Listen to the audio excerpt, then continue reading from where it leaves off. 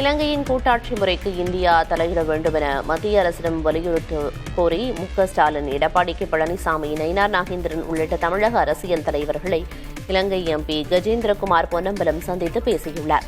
இதுகுறித்து புதிய தலைமுறைக்கு பேட்டியளித்த அவர், கடந்த 16 ஆண்டுகளாக ஈழத்தமிழர்களுக்கு தாயகம் இல்லை என்றும் இலங்கையில் தமிழர்களின் அடையாளம் அழிக்கப்பட்டு விட்டதாகவும் வேதனை தெரிவித்தார்.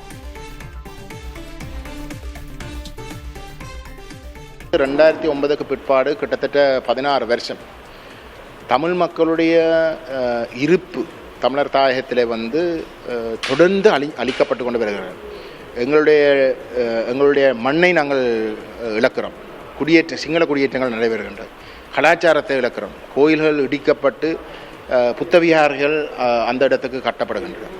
பொருளாதார ரீதியாக 35 வருஷமாக எங்களுடைய பிரதேசங்களில் வாழ்ந்த மக்களுக்கு எதிராக ஒரு பொருளாதார தடை, முழுமையான ஒரு தடை விதிக்கப்பட்டிருந்தது. அந்த நிலைமை போருக்கு பிறகு மாற்றி அமைக்கப்படவில்லை.